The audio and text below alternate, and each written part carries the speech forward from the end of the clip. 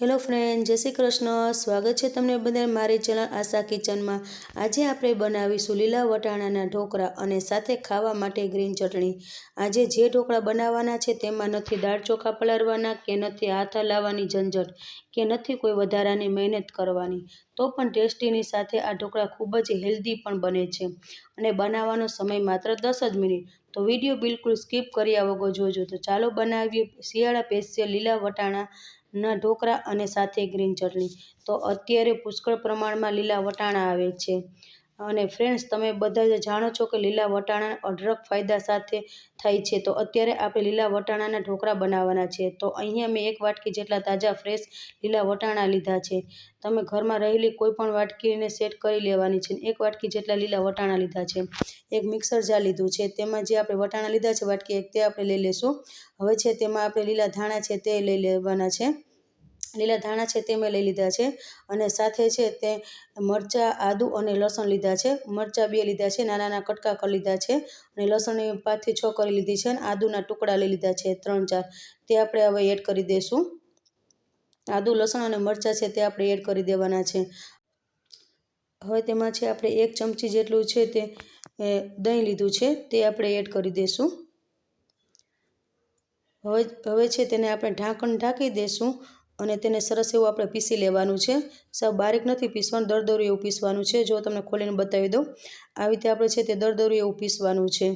અને જો આવી રીતે પીસું જો તો આ ઢોકળા આપણે ખાવામાં આવશે અને જે કટકા મોઢામાં આવશે ખાવાના વટાણા તો બહુ જ મજા આવશે। હવે છે આપણે મિક્સી બાઉલમાં છે તે આપણે લઈ લેશું। જે પીસીને રાખી દીધું છે વટાણાનું તે લઈ લેશું।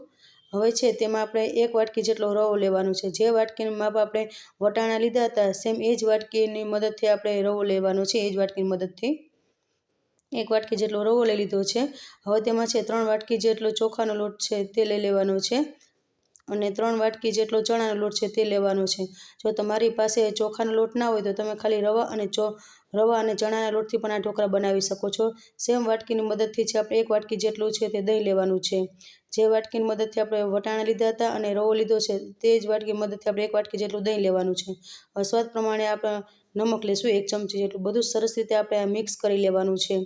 જે આપણે પેસ્ટ બનાવી છે વટાણાની એને ચોખાનો લોટ ચણાનો અને રવાનો બધી સરસ રીતે આપણે મિક્સ કરી લેવાનું છે। જે બાળકો વટાણા નથી ખાતા તેને પણ જો આવી રીતે તમે વટાણાના ઢોકળા બનાવી દેશો તો એ બાળકો આરામથી ખાઈ લેશે અને માગીને ખાશે। જો સરસ રીતે આપણે આવી રીતે મિક્સ કરી લીધું છે। હવે છે તે આપણે પાણી લેશું અને એ જ વાટકીની મદદ સેમ એ જ વાટકી આપણે પાણી લેવાનું છે। થોડું પાણી એડ કરતું જવાનું છે। સરસ એવું આપણે ઢોકળાનું બેટર બનાવી લેવાનું છે અને કેટલું પાણી જોશે હું તમને છેલ્લે બતાવું છું। પાછું થોડુંક મેં પાણી એડ કરી સરસ એવું મિક્સ કરી લીધું છે। હજી થોડુંક મને ઘાટું લાગે છે, પાણી છે તે એડ કરી લઉં છું અને સરસ રીતે બેટર બનાવી લીધું છે। મારે છે તે 1 વાટકી જેટલું પાણી જોયું છે। 1 વાટકી જેટલું દહીં, 1 વાટકી જેટલું રવો અને 1 વાટકી જે વટાણા અને એ જ વાટકી જેટલું પાણી લીધું છે। હવે સરસ એને ઢાંકીને રેસ્ટ આપી દેશું। ત્યાં સુધી આપણે છે તે ગ્રીન ચટણી બનાવી લેશું। હવે તેની માટે મેં લીલા ધાણા લીધા છે। દાંડલી સહિત આપણે લીલા ધાણા છે તે લઈ લેવાના છે। હવે તેમાં છે 2 મરચાં લીધા છે, ઝીણા કટકા કરી લીધા છે, લસણ લીધું છે 5 કળી અને આદુના ટુકડા લીધા છે 3-4, એ એડ કરી દેશું। બધું આપણે તેમાં એડ કરી દેવાનું છે મિક્સર જારમાં। હવે તેમાં 1 ચમચી જેટલી આપણે ખાંડ લેશું અને નિમક લેશું અડધી ચમચી જેટલી સ્વાદ પ્રમાણે નિમક। હવે છે તેમાં આપણે મગફળીના દાણા છે તે એડ કરી દેશું ચટણીને બાઇન્ડિંગ આપવા માટે, તે આપણે એડ કરી દેશું। હવે થોડોક લીંબુનો રસ એડ કરી દેશું।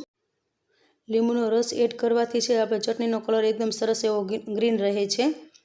હવે છે તેમાં આપણે થોડુંક પાણી એડ કરી દઈશું ચટણીને પીસવા માટે, થોડુંક જ પાણી એડ કરવાનું છે। હવે ઢાંકણ ઢાંકીને ચટણીને સરસ રીતે આપણે પીસી લેશું। હવે ઢાંકણ ખોલીશું, ચટણી સરસ એવી આપણે પીસાઈ ગઈ છે।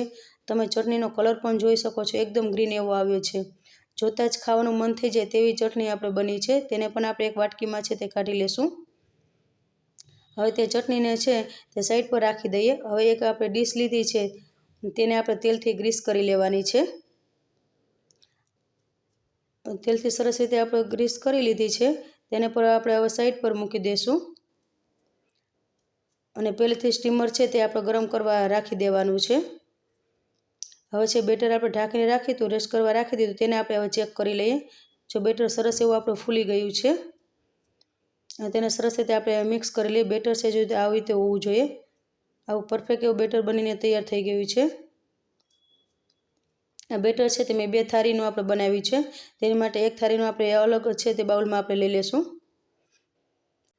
જેટલું તમારે જોઈએ બેટર એટલું એક બાઉલમાં લઈ લેવાનું છે. હવે છે તેને આપણે આ ઢોકળા છે તે ખાતી વખતે મોઢામાં ડૂચડા ના વરે અને ઠંડા થયા પછી પણ સોફ્ટ રહે તે માટે આપણે તેલ એડ કરી દઈશું. 2 ચમચી જેટલું આપણે તેલ એડ કરવાનું છે. તેલ એડ કરીને સરસ રીતે આપણે બેટરને છે તે મિક્સ કરી દેવાનું છે. સરસ રીતે હલાવી લેવાનું છે. આપણું બેટર પણ એકદમ સરસ એવું બનીને તૈયાર થઈ ગયું છે. હવે છે તેમાં આપણે ઈનો એડ કરીશું. તમે ઈનોની જગ્યાએ કુકિંગ સોડા પણ એડ કરી શકો છો. હું ઈનો એડ કરું છું. ઈનો એડ કરીને હવે તેમાં આપણે પાણી કે કાંઈ એડ કરવા નથી. સરસ રીતે આવી રીતે ચમચાની મદદથી સરસ રીતે હલાવતું રહેવાનું છે. 1 મિનિટ સુધી આપણે હલાવવાનું છે, જેથી આપણું બેટર સરસ રીતે ફૂલી જાય. હવે જે આપણે ડીશ છે તેલથી ગ્રીસ કરીને રાખી હતી તેમાં આપણે પલટાવી લેશું. થાળીને સરસ રીતે આવી રીતે કરી લેવાની છે, જેથી બધી બાજુ પાથરી એટલે સરસ એવી થઈ જાય, થાળી સેટ થઈ જાય. હવે તેની ઉપર છે તે આપણે લાલ મરચું પાવડર છે તે સ્પ્રિંકલ કરી લઈશું. અને સ્ટીમર છે પહેલેથી જ આપણે ગરમ કરવા રાખી દેવાનું છે. હવે આ સ્ટીમર છે મેં પહેલેથી જ ગરમ કરવા રાખી દીધું હતું. પાણી છે આપણે સરસ રીતે ઉકળી ગયું છે. તેમાં આપણે 1 લીંબુનું ફાડું એડ કરી દઈશું અને તેની ઉપર આપણે સ્ટેન્ડ રાખી દઈશું. પછી જે આપણે ડીશ તૈયાર કરીને રાખી છે તેને આપણે રાખી દઈશું સ્ટીમ કરવા માટે. હવે તેને આપણે ઢાંકણ ઢાંકીને 15 થી 20 મિનિટ સુધી રાખી દેવાનું. ગેસની ફ્લેમ છે તે હાઈ રાખવાની છે. હવે આપણે ઢાંકણ ખોલી લેશું અને આપણે ચેક કરી લેજો. ઢોકળા સરસ એવા કૂક થઈ ગયા છે. અને જો ચાકુની મદદથી આપણે ચેક કરીએ તો ચાકુ એકદમ ક્લીન આવે છે. મીન્સ કે આપણે ઢોકળા સરસ રીતે કૂક થઈ ગયા છે. તેને ઠંડા કરવા માટે રાખી દઈએ. આપણે ઢોકળા છે સરસ એવા ઠંડા થઈ ગયા છે. હવે તેને આપણે કટ કરી લઈશું. જોતાં જ આપણે લાગે છે કે આપણા ઢોકળા છે એકદમ સરસ એવા સોફ્ટ બનીને તૈયાર થઈ ગયા છે. હું પિઝા શેપમાં છે તે કટ કરું છું. તમે કોઈ પણ શેપમાં કટ કરી શકો છો. અમારા ઘરમાં વધારે પિઝા કટમાં શેપ છે તે જ ખવાય છે ઢોકળા. ફ્રેન્ડ્સ, તમે એકવાર લીલા વટાણાના ઢોકળા બનાવજો. એકદમ સરસ એવા સોફ્ટ બનીને તૈયાર થાય છે. તમે એકવાર બનાવશો તો વારંવાર બનાવવાનું છે તે પસંદ કરશો. બધી બાજુ આપણે કિનારી છે તે છોડાવી લેવાની છે. અને હવે છે આપણું તેલ પણ ગરમ કરવા રાખી દેવાનું છે સાઈડમાં. તેનો આપણે વઘાર કરીશું. જો તેલ સરસ એવું ગરમ થઈ ગયું છે તડકા પેનમાં, હવે 1 ચમચી જેટલી રાઈ એડ કરીશું. 1 ચમચી જેટલું જીરું એડ કરી દઈશું. હવે છે તેમાં આપણે તલ એડ કરી દઈશું. મીઠા લીમડાના પાન એડ કરી દઈશું અને મરચાં જે કટ કરીને રાખી દીધા હતા તે એડ કરી દઈશું. વઘારને સરસ રીતે આપણે મિક્સ કરી લેવાનું છે. આ વઘાર છે તે મેં 2 થાળી પૂરતો કર્યો છે, એટલે અડધો છે તે આપણે આ થાળીમાં છે તે એડ કરી દઈશું વઘારને. હવે તેના વઘારને છે બધી બાજુ સરસ રીતે આપણે ફેલાવી લેવાનો છે. વઘારને બધી બાજુ સરસ એવો આપણે ફેલાવી લીધો છે. હવે ઉપરથી છે તે આપણે લીલા ધાણા છે તે સ્પ્રિંકલ કરી દઈશું. તો તૈયાર છે આપણા લીલા વટાણાના ઢોકળા ગ્રીન ચટણી સાથે. અને મેં સાઈડમાં ગ્રીન ચટણી અને તેલ પણ રાખી દીધું છે. મારી આ ઢોકળાની રેસીપી કેવી લાગી? સારી લાગી તો વિડીયો લાઈક કરજો, શેર કરજો અને ચેનલ પર નવા તો ચેનલને સબસ્ક્રાઈબ કરવાનું ભૂલતા નહીં. આ રેસીપીમાં બસ આટલું. ફરી મળશું નવી રેસીપી સાથે. ત્યાં સુધી જય Shri Krishna. Thank you and thanks for watching.